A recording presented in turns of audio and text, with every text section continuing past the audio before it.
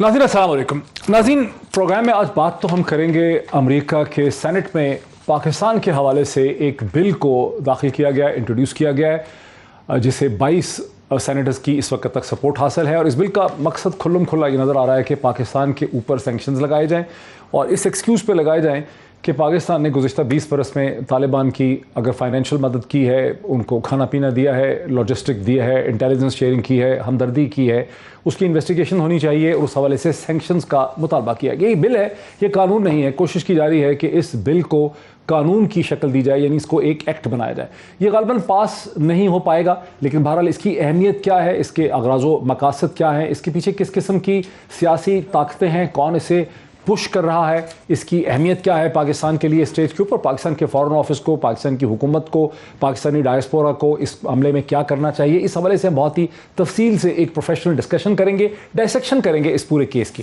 लेकिन इससे पहले कि हम इस चीज़ के ऊपर चलें, पाकिस्तान की दाखिली सियासत के हवाले से मुझे मुख्तसर एक कॉमेंट करना है।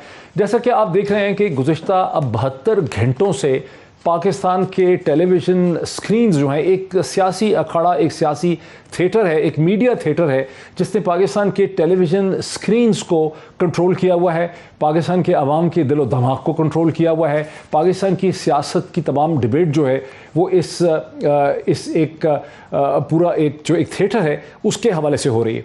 अब इसके हवाले से बहुत से फैक्ट्स चूँकि आपके सामने आ चुके हैं, तो मैं मुख्तसर कॉमेंट करूँगा तो आपको समझ आएगा। वो ऐसा लग रहा है, इसको अगर कोई भी जी शऊर शख्स जिसको अंग्रेज़ी पढ़नी आती है और जिसको कानून का थोड़ा सा ABC भी पता हो, और वो इन कागजात और इन डॉक्यूमेंट्स को जो डिस्प्ले किए गए हैं पाकिस्तान में, जब इनको देखता है तो उसको क्या चीज़ समझ आती है। उसको पहली चीज़ ये पता चलती है कि बरतानिया की एक डिस्ट्रिक्ट निचले दर्जे की कोर्ट ने 10 सितंबर को जो फ़ैसला किया, उसको उस वक्त किसी ने सियासी अखाड़ा नहीं बनाया। कोई 19-20 दिन के बाद ये फ़ैसला किया गया कि इससे एक सियासी बयानिया जो है वो शेप किया जा सकता है। दूसरी चीज़ आपको ये पता चलती है कि बरतानिया की अदालत ने दर हकीकत किसी किस्म का कोई एप्लीकेशन ऑफ माइंड नहीं किया, सिर्फ एक स्टे ऑर्डर दिया हुआ था एक अकाउंट फ्रीजिंग ऑर्डर के ऊपर। और जब नेशनल क्राइम एजेंसी ने फैसला किया कि हमें मज़ीद इन्वेस्टिगेशन नहीं करनी, तो बरतानिया की कोर्ट ने कहा कि ठीक है। जब नेशनल क्राइम एजेंसी अपना केस विड्रॉ करती है, उन्होंने उस स्टे ऑर्डर को वहाँ से ख़त्म कर दिया। तीसरी चीज़ जो हम देखते हैं, जो अता तारड़ साहब ने, PMLN के लीडर ने जो ख़त दिखाया है, जो उन्होंने ट्वीट किया है और उसमें उन्होंने वो लेटर लगाया है जो पाकिस्तान में से बैरिस्टर ज़िया नसीम या नसीम ज़िया साहब ने एक ख़त लिखा है, और उसका एक सफ़ा जो वहाँ पे लगाया गया, उसको देख के ये साफ पता चलता है कि ये ख़त किसी तहकीकात को इनिशिएट या शुरू करने के लिए नहीं लिखा गया, बल्कि बरतानिया की नेशनल क्राइम एजेंसी या वहाँ के किसी इदारे की एक रिक्वेस्ट और एक इंक्वायरी के जवाब में जो एक इन्फॉर्मेशन प्रोवाइड करने की कोशिश की जा रही है। लेकिन ये जो ख़त है बैरिस्टर जो एसेट रिकवरी यूनिट के ऑफिसर बैरिस्टर साहब ने लिखा है, और इस तरह के और बहुत से कागजात जो PMLN ने दिखाए हैं मीडिया के सामने, जो कुछ अनरिलेटेड भी हैं, उनको देख के एक चीज़ ज़रूर पता चलती है कि पाकिस्तान के जो इदारे हैं, वो नैब हो या एसेट रिकवरी यूनिट हो, वो कानूनी मामलात के ऊपर कितने कैजुअल, बेतुके, इररेलेवेंट और कितने थके हुए लेटर लिखते हैं।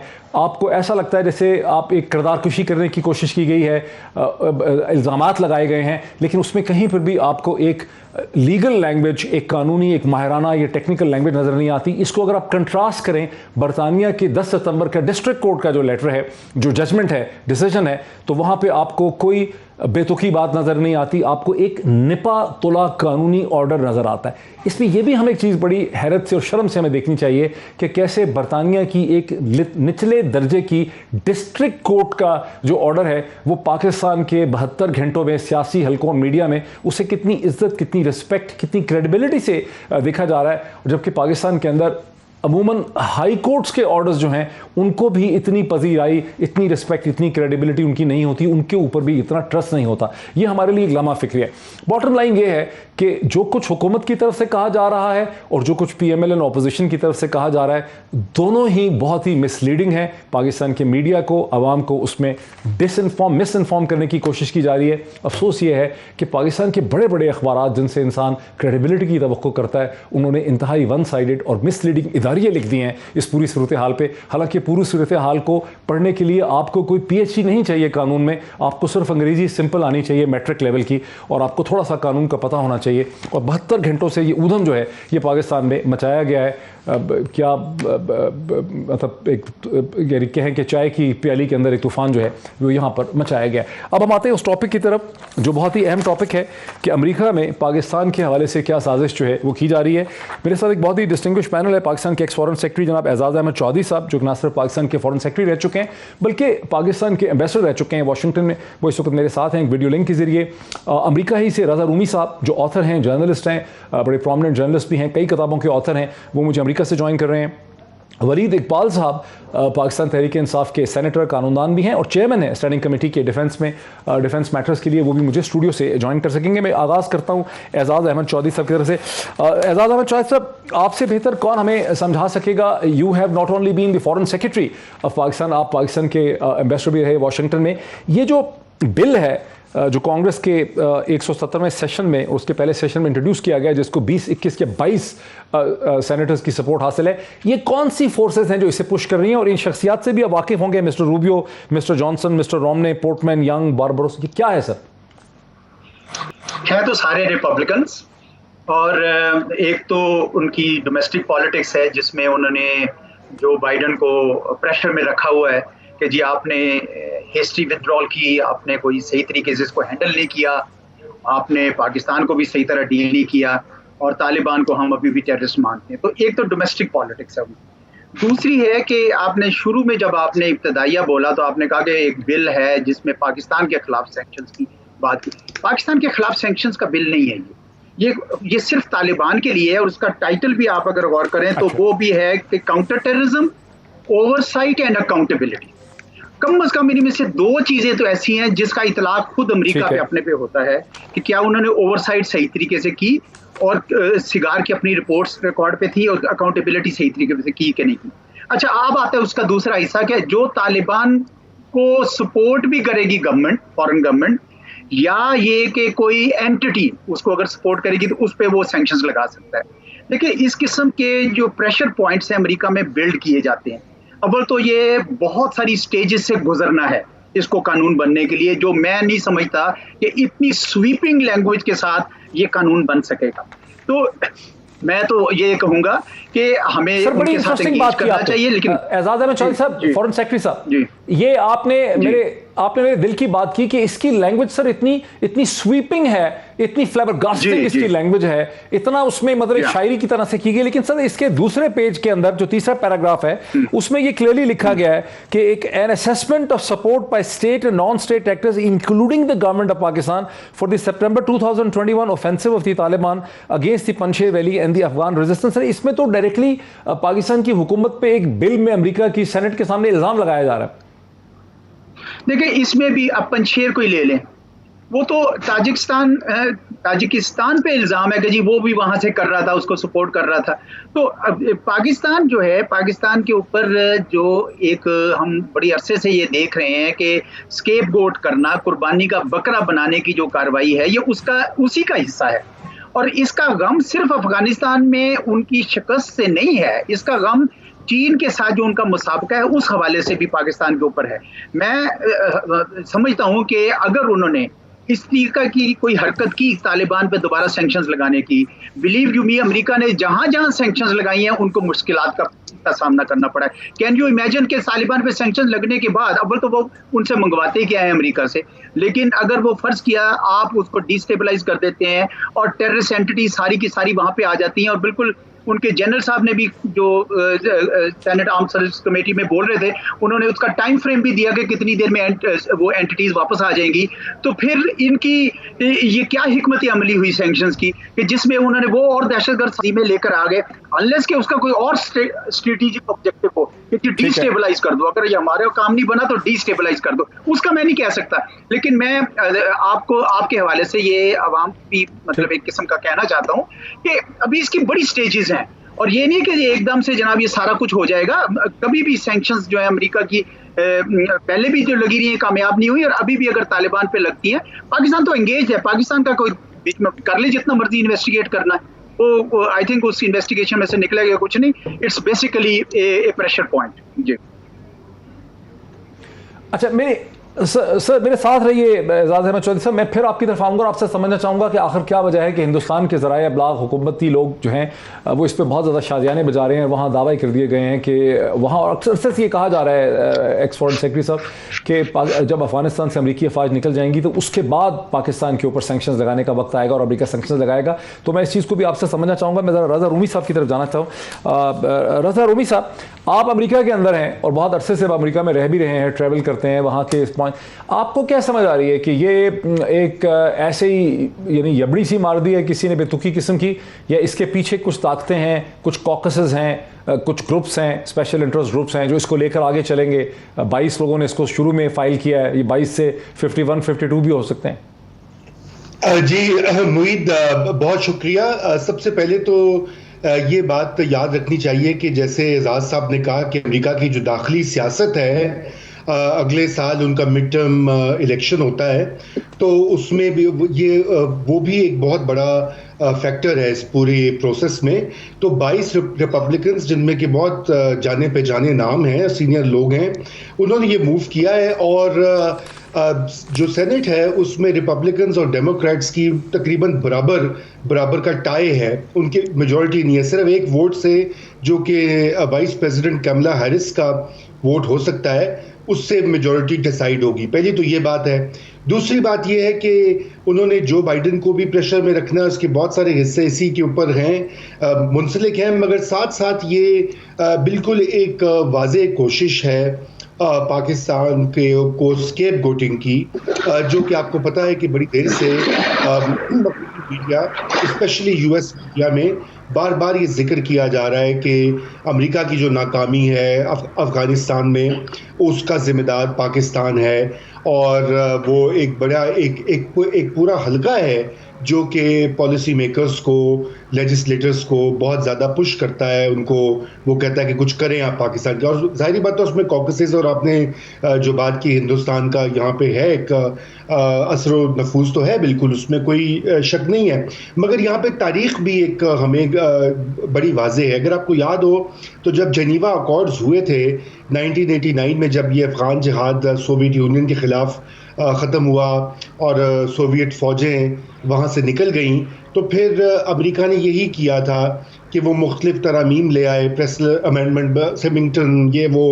तो पाकिस्तान को फिर से इन्होंने बजाय इसके कि वो उसकी मदद करते हैं, उसको क्या इसमें स्लिपरी पाथ है रज़ा रूमी? क्या इसमें एक स्लिपरी पाथ, क्या आपको इसमें एक स्लिपरी पाथ नजर आता है कि एक चीज लॉन्च कर दी गई है, रख दी गई है, उस पर बिल्ड अपॉन किया जा सकता है, पाकिस्तान की हुकूमत को प्रेशर में लाया जा सकता है, कंसेशन मांगी जा सकती है? जी बिल्कुल, ये एक बड़ा वाज़ेह प्रेशर टैक्टिक भी है। दो बड़ी बातें, एक तो पाकिस्तान चूँकि चीन के साथ बड़े गहरे ताल्लुकात हैं, अमेरिका की जो लॉन्ग टर्म उसकी राइवलरी है वो अब चीन से है, एक तो ये है इशू। दूसरा ये कि ज़ाहिर बात है जो कुछ अफ़गानिस्तान में तालिबान ने करना है या दीगर जो उमूर हैं उसके ऊपर पाकिस्तान को प्रेशर में रखा जाए, तो यही एक पॉलिसी दिखाई देती है। लेकिन इसमें एक और मसला भी है मुईद, हमने तो अमेरिका की बात कर ली, लेकिन अगर हम अपने दाखिली तौर पर देखें, जिस तरह से हमारी खारिजा पॉलिसी को भी चलाया जा रहा है, बदकिस्मती से वहाँ भी गैर जिम्मेदाराना बयानात जो हैं वो काम नहीं आते। दुनिया देखती है ट्विटर के ऊपर कि वुज़रा आकर जज्बाती किस्म की बातें करें, या वो इस चीज़ का इतराफ़ करे कि जी तालिबान हमारे अपने हैं, उनके बच्चे और उनकी फैमिलीज़ यहाँ रहती हैं, शेख हमारे इंटीरियर मिनिस्टर ने ये बयान दिया था, तो दुनिया उसको नोट करती है।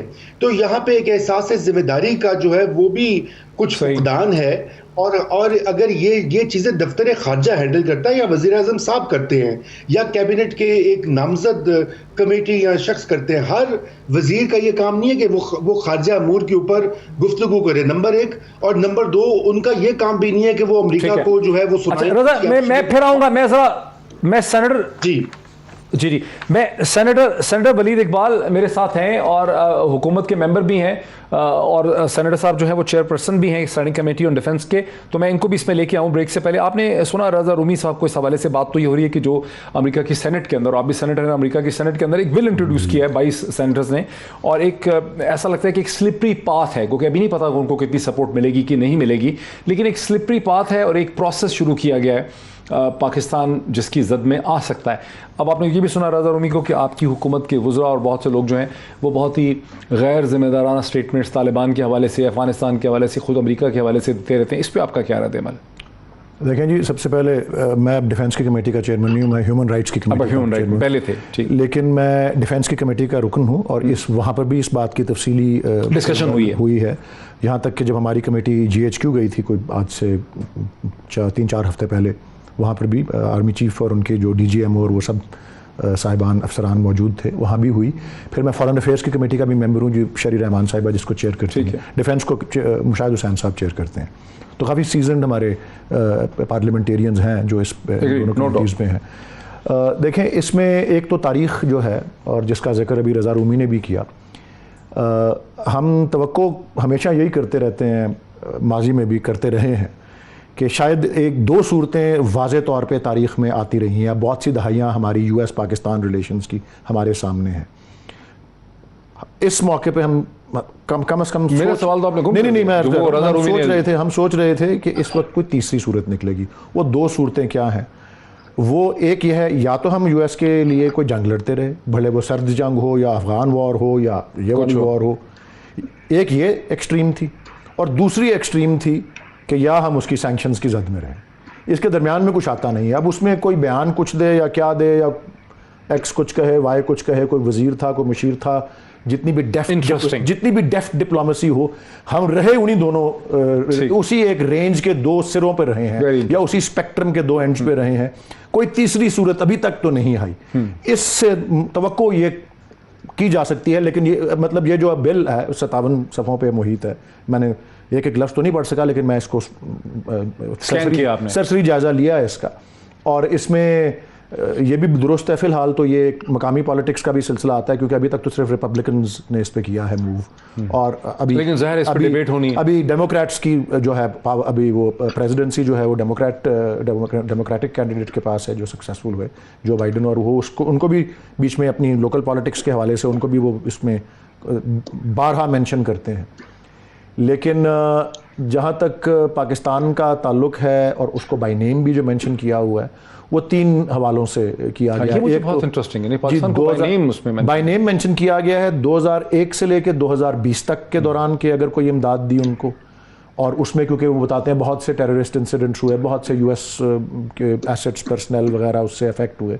दूसरा वो कहते हैं कि जो 15 अगस्त को जो फॉल ऑफ काबुल हुआ और ओवरथ्रो उसको लिखा हुआ है, ऑफ द रेजिम, ओवरथ्रो ये लफ्ज़ लिखा हुआ है, वो उसमें को पाकिस्तान ने मदद की। और तीसरा ये कि जो पंजशेर के अंदर जो सितंबर में जो ऑफेंसिव हुआ उसमें जो मदद की हुई। और बिल्कुल आप दुरुस्त फरमा रहे हैं, हिंदुस्तान में शादियाने इसके इसलिए बज रहे हैं क्योंकि मैं हिंदुस्तानी टेलीविजन के शोज पे भी गया हूँ उस दौरान में। अच्छा। और उनका वही बार बार ये इल्ज़ाम था कि आप उनकी मदद कर रहे हैं, आपने उनका ये किया है, आपने उनका वो किया है। और मैं तो यही कहता रहा, और हमारी गवर्नमेंट भी यही कह रही है कि भाई ये 3,25,000 की जो फौज थी, ये अफगान नेशनल फोर्स या जो भी इसका नाम था, ये उसका 3,70,000 टू बिगिन विद जी, इसकी कैपिचुलेशन जो है, हमने उनको कहा था आप हथियार डाल दो या आप बगैर किसी मुज़ाहमत के उसको कर दो सरेंडर काबुल को।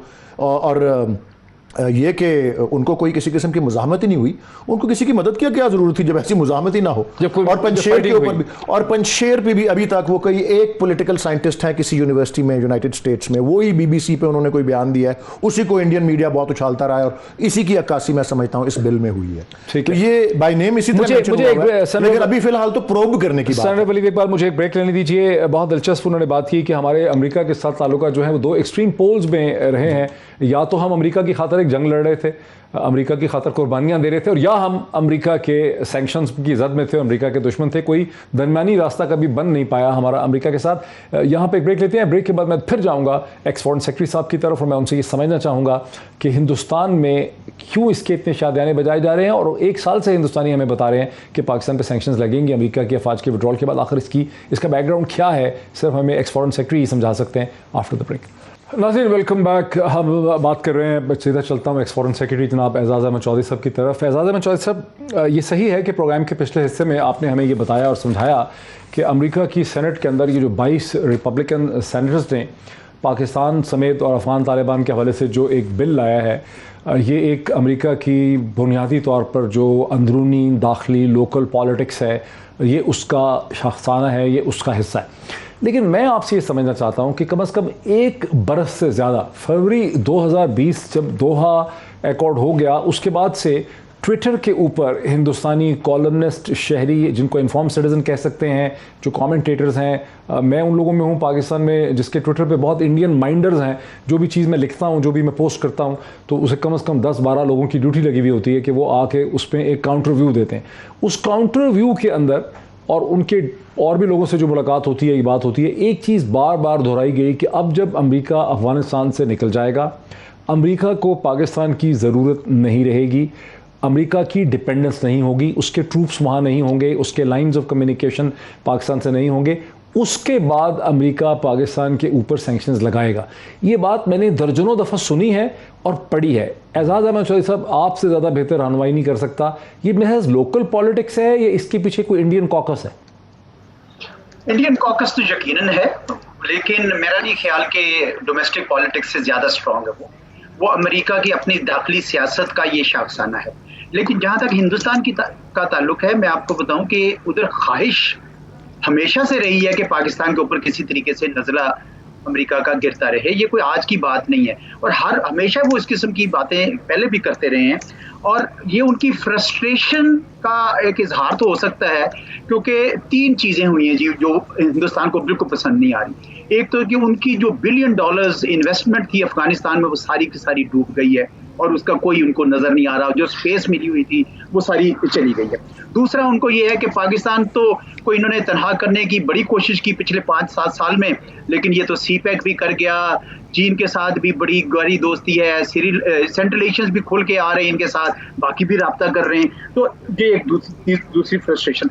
तीसरी जो फ्रस्ट्रेशन उनकी है कि पाकिस्तान ने इनकी हेजमनी मानने से इनकार कर दिया। आपको याद होगा कि सितंबर 2016 में एक इन्होंने सर्जिकल स्ट्राइक का दावा किया था, झूठ बोला था, की नहीं थी, लेकिन उस वक्त ये ख्याल था कि ये एक जो रिएक्शन देखना चाह रहे हैं। फिर फरवरी 2019 में एक्चुअली की, लेकिन फिर भी झूठ बोला कि 300 बंदे मारे हैं, मारे कोई नहीं थे। वो क्या कर रहे थे? वो एक न्यू नॉर्मल सेट करने की कोशिश कर रहे थे कि पाकिस्तान जो है उसको हम दबा सकते हैं खित्ते के दूसरे ममालिक की तरह।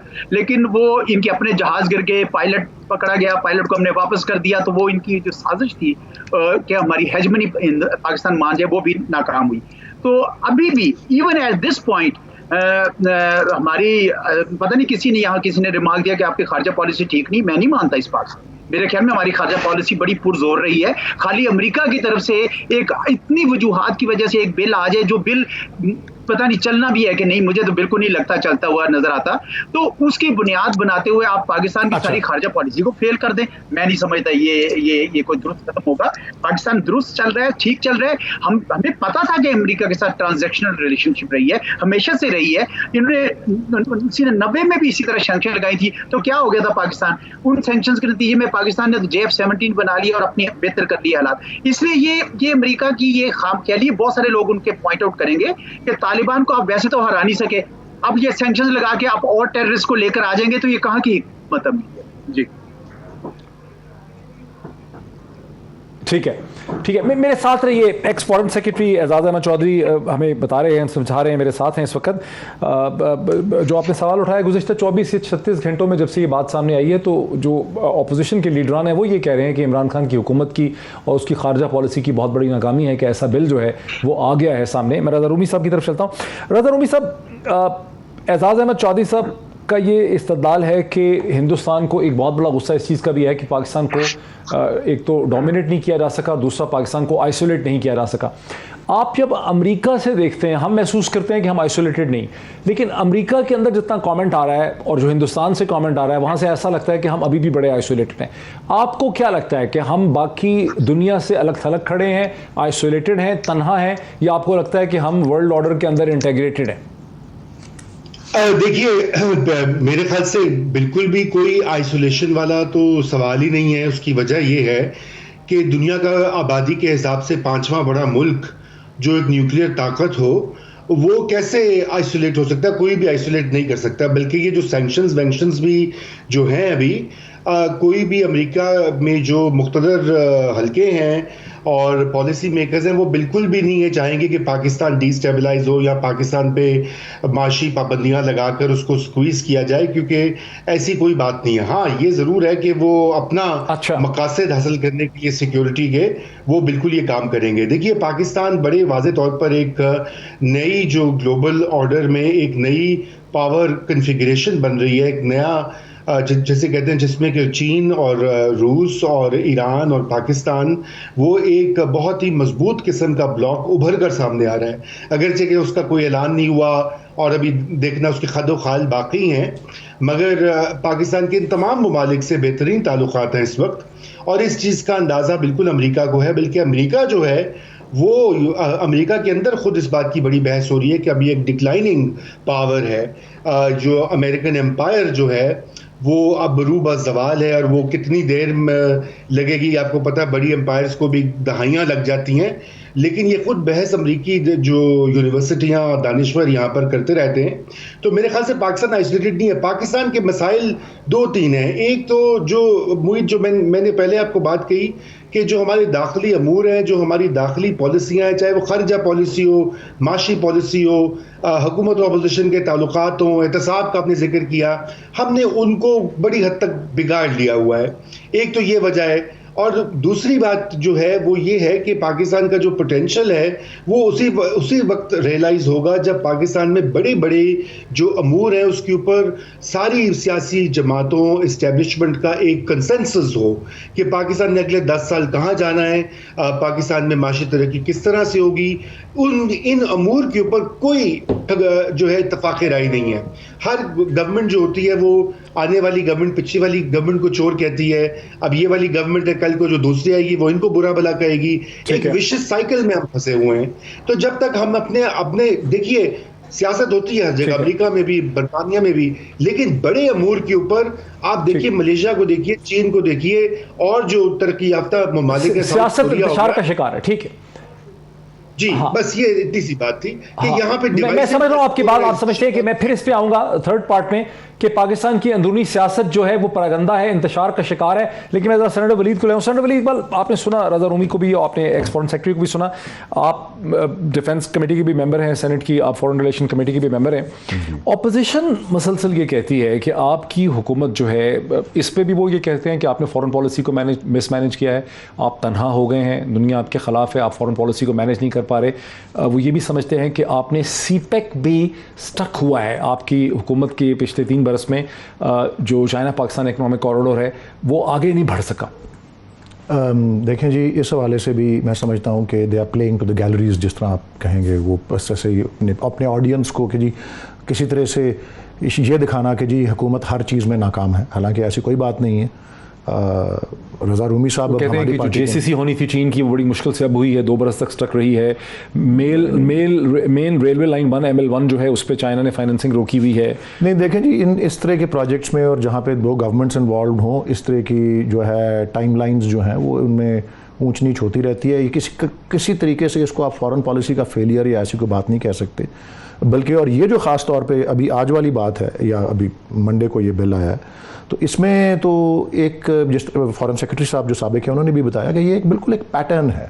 और मैंने भी आपसे ये अर्ज किया था, ये आपने तो सर से उतार दिया ये कह के कि या 2 एक्सट्रीम्स होती हैं, हम उनके लिए लड़ रहे होते हैं। ये एक पैटर्न है, ये 1990 में, और मेरे ख्याल में पाकिस्तान को और इंक्लूडिंग प्रेजेंट गवर्नमेंट अब मेरे ख्याल अब आदत भी पड़ गई है पाकिस्तान ये तवक्को ना करने की कि देखें, ये जिस तरह कहते हैं ना कि इंडिविजुअल्स में फ्रेंड्स होते हैं लेकिन कंट्रीज में इंटरेस्ट्स होते हैं। अब क्या पाकिस्तान इतना बड़ा allied of allies, most allied of allies था वो सीटो और सेंटो के ज़माने में, 1962 के अंदर किस तरह अमेरिका रेस्क्यू पे आया चाइना के, हिंदुस्तान के रेस्क्यू, बिल्कुल हिंदुस्तान के रेस्क्यू पे आया किस तरह, Pakistan the bottom was blown out of Pakistan foreign policy.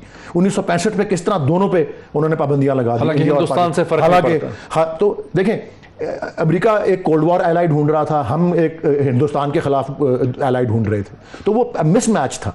तो हमेशा एक मिसमैच या व्हाटएवर रहा है, तो ये परसेप्शन या एक्सपेक्टेशंस जो हैं इनको बिल्कुल ये अब पैटर्न चल पड़ा है। ये मैं अब ये भी है ना आर्गुमेंट के अमेरिका का नया सदर जो है वो प्राइम मिनिस्टर इमरान खान से बात नहीं कर रहा। इस दफ़ा तो CNN की एंकर पर्सन जो थी बैकी, उन्होंने बाकायदा ये पूछा है कि आपकी चूंकि अफगान पॉलिसी है, आपने अमेरिका के खिलाफ काम किया, इसलिए सदर बाइडन आपसे पनिश कर रहे हैं आपको। ये वर्ड्स हैं उसके, बैकी एंडरसन के।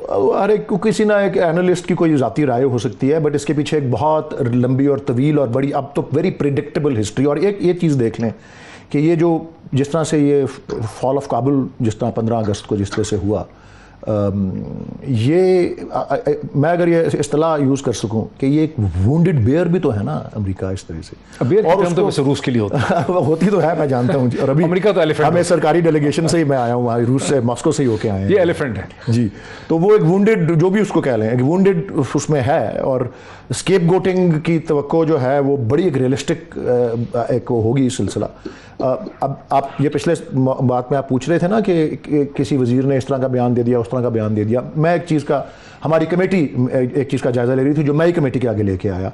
वो कुछ महीने एक दो पहले एक चाइल्ड सोल्जर प्रिवेंशन एक्ट है यूनाइटेड स्टेट्स में, जिसके नीचे पाकिस्तान पे सैंक्शन लगा दी गई थी। ये अभी जुलाई में या ऐसे कोई अब चाइल्ड सोल्जर वाला मामला, वो ह्यूमन राइट्स का मामला है। मैंने अखबार में देखा, पढ़ा उसके बारे में। I took it up, I sent it to the ministry of human rights. और उसमें जो चाइल्ड सोल्जर की जो उनकी प्रिवेंशन एक्ट है, उसमें जो शवाहिद दरकार हैं, जो सबूत दरकार हैं, और जिन सोर्सेज से वो सबूत क्रेडिबल सोर्सेज से दरकार हैं कि जी यहाँ चाइल्ड सोल्जर, और पाकिस्तान की रियासत चिल्ड्रन को रिक्रूट कर रही है। यहाँ तो जरूरत ही नहीं पड़ती, यहाँ तो इतने वॉलंटियर्स हैं। और पाकिस्तान का कितनी यूनाइटेड नेशंस की वो कन्वेंशंस पे सिग्नेटरी है जो इसको जिसका इंसदाद करती हैं। और उसके अलावा वैसे मैं कह रहा हूँ कि कॉम्बैट में हम 18 साल से कम किसी को नहीं भेजते, 16 पे रिक्रूटमेंट शुरू होती है। मैं सिर्फ मिसाल दे रहा हूँ, but there is no reason reason to impose those sanctions, लेकिन फिर भी हुई हैं, उस वजह से लगी हुई हैं। मैं एक ब्रेक ले लूं और ब्रेक के बाद मैं फिर आऊंगा एजाज अहमद चौधरी साहब की तरफ। उनसे समझना चाहूंगा कि जो स्ट्रेसेस है, ये डिसफंक्शनैलिटी है, ये जो एक सस्पेंशन है पाकिस्तान अमेरिका के ताल्लुकात के दरमियान में जो लटके हुए हवा में मोहल्लक हैं, क्या ये ऐसे ही रहेंगे या इसमें कोई हम इंप्रूवमेंट देख पाएंगे आने वाले दिनों में? After break. नाज़रीन वेलकम बैक। मैं सीधा चलता हूं जनाब एजाज अहमद चौधरी साहब की तरफ। एजाज अहमद चौधरी साहब, यू वेयर टू हैट्स। आप ना सिर्फ पाकिस्तान के फॉरेन सेक्रेटरी रहे, और फॉरेन सेक्रेटरी होने की हैसियत से आपने पाकिस्तान के खारजा ताल्लुकात को एक बड़े ब्रॉड लेवल से, एक ब्रॉडर होराइजन से भी देखा। फिर आप ख़ास पाकिस्तान के एनवॉय, पाकिस्तान के एम्बेसडर भी रहे वाशिंगटन में। फिर ज़ाहिर है आपने वहाँ के ताल्लुकात को हवाले से देखा।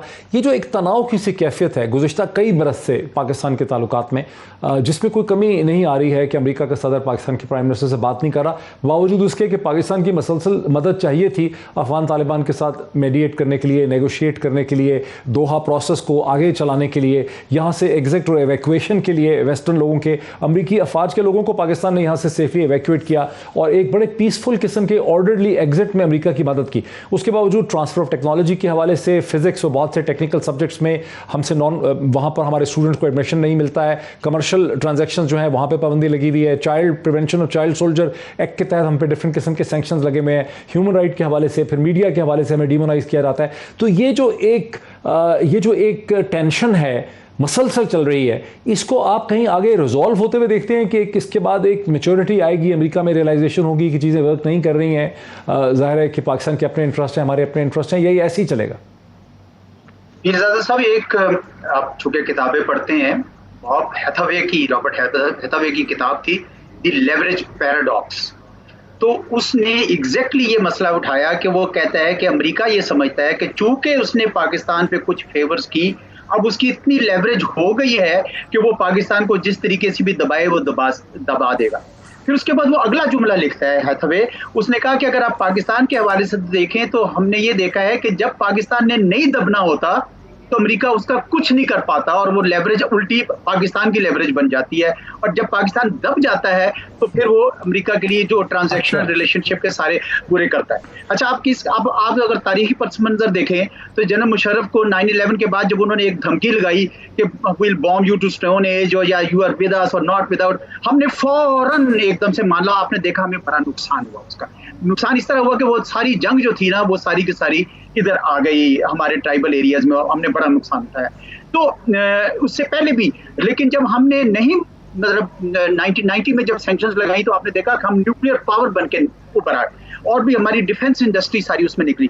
मैं कहना सिर्फ ये चाहूंगा कि हमें साबित कदम रहना चाहिए। ये छोटी छोटी इस तरह की चीज आती है, धमकी लगाई, एकदम से हमारे यहाँ जो एक तासुर फैल जाता है कि वो लो जी मारे गए, पता नहीं क्या हो जाएगा। कुछ नहीं हो जाएगा। पाकिस्तान एक मजबूत मुल्क है, पाकिस्तान एक तवाना मुल्क है, तमाम तार कमजोरियों के बावजूद तो सारे मुल्कों में होती हैं। मैं समझता हूँ कि हमें एक साबित कदम रहना चाहिए हमारी हुकूमत को, और बिल्कुल किसी किस्म की इस तरह दबाव नहीं लेना चाहिए।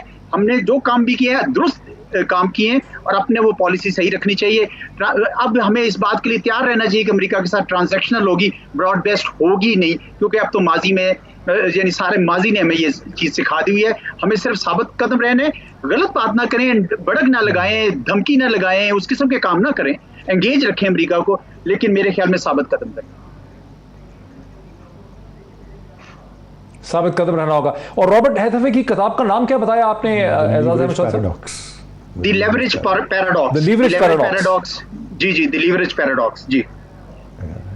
हाँ, अमेरिका में उसको लेवरेज कहते हैं, तलफ़्फ़ुज़ उसका। ठीक हो गया, द लेवरेज पैराडॉक्स।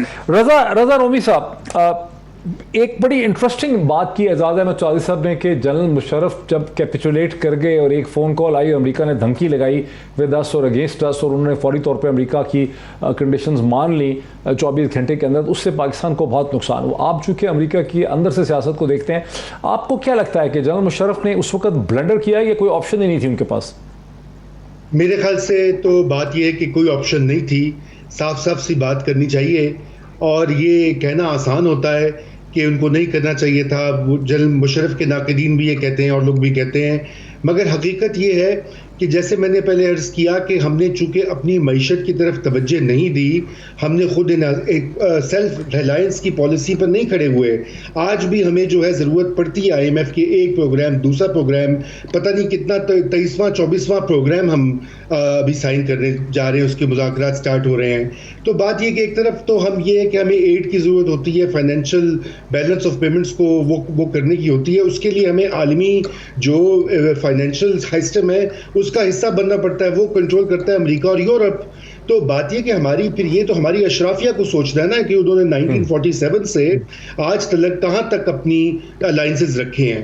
अगर पाकिस्तान वाकई में सीरियस है तो फिर बिल्कुल एक बहुत ही रेडिकल किस्म की इस्लाहात की जाए, रिस्ट्रक्चरिंग की जाए मईशत की और सियासत की, ताकि पाकिस्तान को अपने पाँव पे खड़ा और हकीकी मानों में एक आज़ादाना पॉलिसी, खारिजा पॉलिसी जो है वो अपना सके।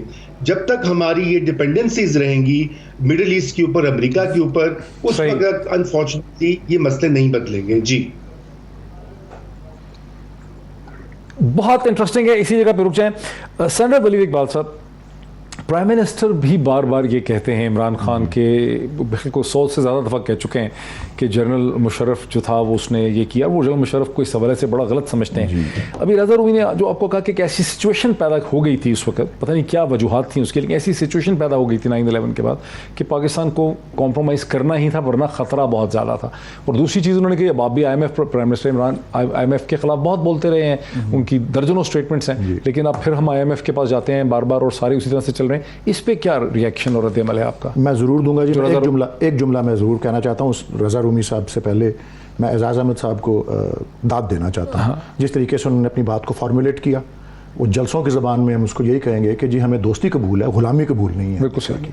और ये मैं दाद देता हूँ। उन्होंने कहा कि उसको हमें सस्टेन करना है, सस्टेन साबित कदम। रज़ा रूमी एक चीज़ मिस कर रहे हैं और हम सब मिस कर रहे हैं, और आई थिंक प्राइम मिनिस्टर ने उसको उस तरीके से भी कहा है, और ये पाकिस्तान के चारों मिलिट्री रूलर्स को अप्लाई करता है। ये क्रेव करते हैं लेजिटिमेसी।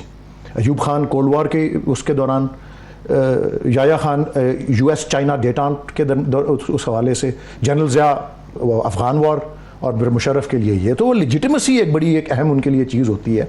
और वो भी उसमें एक, और अमेरिका को तो पसंद होता है ऐसे मौक़ों पर कि जी वहाँ कोई मिलिट्री रूलर बैठा हो, because it takes only 1 phone call.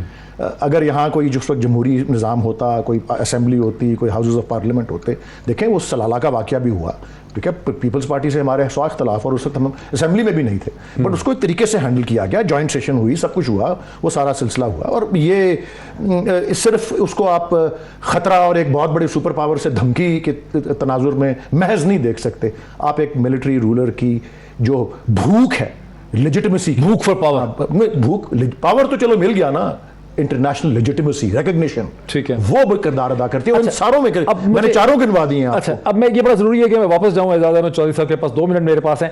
अब एजाज अहमद चौधरी साहब, आपने जो कहा वो बड़ा प्रोवोकेटिव है, जिसको प्रोवोकेटिव कहते हैं लिटरेचर में, बिकॉज अब आप प्राइम मिनिस्टर इमरान खान को देखें कि एक पॉपुलरली इलेक्टेड प्राइम मिनिस्टर है, जिसके पीछे एक तहरीक है, एक पार्टी खड़ी है, वो 19-20 बरस से स्ट्रगल कर रहा था, और वो पाकिस्तान के सेल्फ रिस्पेक्ट, नेशनल इंटरेस्ट की बात कर रहा है। लेकिन मगरबी ज़राए इब्लाग उसको एक मुल्ला की शक्ल में, एक फैनेटिक की शक्ल में, एक इस्लामिस्ट की शक्ल में, प्रिमिटिव माइंडसेट, औरतों के ख़िलाफ़, तालिबान का दोस्त, और इस तरह करके उसको दिखाते हैं। तो ये वो पनिशमेंट है जो इमरान खान को मिल रही है। लेकिन जो आप कह रहे हैं ना, साबित कदमी रहे, आप देखें वो इमरान खान की लेजिटिमेसी को मगरब की दुनिया डीलेजिटिमाइज करने की कोशिश कर रही है। इस पर क्विक कॉमेंट कर दीजिए। देखिए, मैं आपको बताऊं, ये तो होगा अगर आप उनकी बात नहीं मानेंगे। मुझे जनरल शरफ का इसलिए याद है कि ये 9/11 से पहले भी वहां पे आए थे, और मुझे याद है कि बड़ी मसाइल थे, और उसके बाद जब अमेरिका के लिए आप तैयार हो गए तो ये एकदम से डार्लिंग बन गए। मैं ये नहीं कह रहा कि जनरल मुशर्रफ ने उस दिन ही वो फैसला उसी वक्त क्यों नहीं किया। मैं ये कह रहा हूं कि कुछ देर सोचना चाहिए था, कुछ नेगोशिएट करना चाहिए था। हम लोग नेगोशिएट नहीं करते, हम इंस्टेंटली जो चीज है ना कि दबाव आया और एकदम से गिव इन कर गए। ये मैं कहना चाह रहा हूँ। देखिए, अमेरिका के साथ हमने कोई दुश्मनी नहीं लेनी, हमें पता है कि उसकी कॉस्ट होगी, लेकिन एट द सेम टाइम एक ऑनरेबल कॉम की तरह हमें नेगोशिएट करना चाहिए, और वो अगले नेगोशिएट करेंगे। मैंने आपको लेवरेज पैराडॉक्स की मिसाल इसलिए दी कि अमेरिका भी ये समझता है कि हमारा लेवरेज उस हद तक है जिस हद तक रेसिपिएंट कंट्री लेवरेज लेने को तैयार है, वरना लेवरेज नहीं है। तो इस वजह से मैं लेने को तैयार है। बहुत सर, बहुत शुक्रिया। वक्त मेरा, एजाज अहमद चौधरी साहब, बहुत ही आप अच्छी बात कर रहे हैं, लेकिन वक्त हमारा जो है वो बिल्कुल खत्म हो गया। एजाज अहमद चौधरी साहब का, सेनेटर वलीद इकबाल का, रजा रूबी साहब का बहुत शुक्रिया। आज की इंफॉर्मेटिव डिस्कशन आपने देखी, फैसला आपका है। फिर आपसे मुलाकात होती है। बहुत शुक्रिया।